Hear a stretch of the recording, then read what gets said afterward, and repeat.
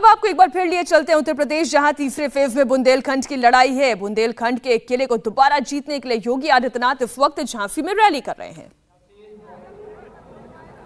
श्री राजीव सिंह परिछा जी,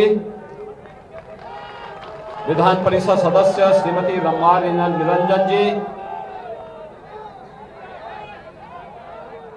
मंच पर उपस्थित भारतीय जनता पार्टी के सभी पदाधिकारीगण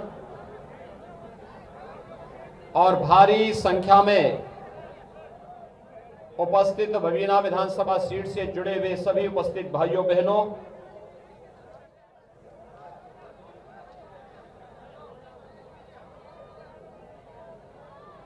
मैं झांसी की रानी महारानी लक्ष्मीबाई की इस भूमि को कोटि कोटि नमन करता हूं, जिसने स्वदेश और स्वाभिमान का एक भाव प्रत्येक भारतीय के मन में भरा है। एक वीरांगना के रूप में जलकारी बाई की इस पुण्य भूमि को भी मैं नमन करता हूं, जिन्होंने देश की आजादी के लिए फिरंगियों के छक्के छुड़ाने में और उस कालखंड में महारानी लक्ष्मीबाई का यह वक्तव्य कि मैं अपनी झांसी हरगिज नहीं दूंगी, हर बुंदेलखंड वासी को आज भी एक नई प्रेरणा, एक नए जोश के साथ प्रेरणा प्रदान करती है। भाइयों बहनों, जब मैं झांसी की बात करता हूं तो इसी झांसी में इस देश के हॉकी के जादूगर मेजर ध्यानचंद जी ने अपनी कर्म भूमि बनाया था। एक नहीं, चार ओलंपिक में भारत को गोल्ड मेडल दिलाने वाले, भारत को एक राष्ट्रीय खेल के रूप में हॉकी प्रदान करने वाले मेजर ध्यानचंद जी की इस कर्म भूमि को भी मैं कोटि कोटि नमन करता हूं। और भाइयों बहनों, एक और प्रधानमंत्री मोदी जी ने यहां के लोकप्रिय सांसद और विधायक की अनुशंसा से झांसी के रेलवे स्टेशन का नाम महारानी लक्ष्मीबाई के नाम पर किया है। तो भाइयों बहनों, हम लोगों ने उत्तर प्रदेश में एक महिला पुलिस पीएससी की बटालियन के गठन किया है, उसका नाम हम लोगों ने वीरांगना झलकारी बाई के नाम पर किया है।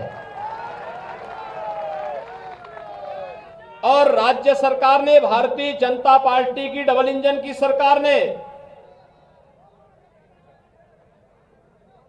हॉकी के जादूगर मेजर ध्यानचंद जी के नाम पर राज्य में एक स्पोर्ट्स विश्वविद्यालय बनाने की कार्रवाई मेरठ में प्रारंभ की है। भाइयों बहनों, यहां के बुंदेलों और चंदेलों की वीरता की गाथा को कौन ऐसा भारतीय होगा जो नहीं जानता होगा। और आज उसी का स्मरण दिलाने के लिए मैं बबीना विधानसभा सीट में आपके पास आया हूं। मैं कल से बुंदेलखंड क्षेत्र में हूं। हमीरपुर, राट, महोबा, ललितपुर, इन सभी सीटों से होते हुए कल शाम को एक जोरदार रोड शो में मैं झांसी में था। और सचमुच देखते हुए बनता था कि यह है हमारी महारानी लक्ष्मीबाई की झांसी, जिन्होंने संकल्प ले लिया है। और संकल्प इस बात का ले लिया है कि 70 वर्षों में बुंदेलखंड वासियों को जिन्होंने एक एक बूंद पानी के लिए तरसाया था, आज अपनी वोट की चोट से इन सब की जमानत जब्त करने का कार्य बुंदेलखंड का नागरिक करेगा। भाइयों बहनों, ये सच था कि मैं मुख्यमंत्री जब बना मार्च 2017 में, तो मैंने अपनी पहली यात्रा बुंदेलखंड से ही की थी, क्योंकि मार्च का महीना था और मार्च का महीना होने के नाते मैं इस बात को जानता था कि अगर हमने देर की तो फिर बुंदेलखंड में पानी का संकट खड़ा होगा। और भाइयों बहनों, उस समय मैंने पहला दौरा बुंदेलखंड का किया था और बुंदेलखंड को तब मैंने कहा था कि हम बुंदेलखंड को जोड़ने के लिए बुंदेलखंड एक्सप्रेसवे देंगे। आज मुझे बताते हुए प्रसन्नता है, बुंदेलखंड की अर्थव्यवस्था को एक नई ऊंचाइयों को पहुंचाने के लिए बुंदेलखंड एक्सप्रेसवे का काम लगभग पूरा होने जा रहा है। लेकिन भाइयों बहनों, ये बुंदेलखंड एक्सप्रेसवे का काम केवल आवागमन के एक साधन के रूप में नहीं, बल्कि बुंदेलखंड एक्सप्रेसवे का मतलब बुंदेलखंड के हरेक जनपद में औद्योगिक क्लस्टर भी स्थापित करने का हमारा अभियान है। और उसकी शुरुआत हमने डिफेंस कॉरिडोर से कर दी है।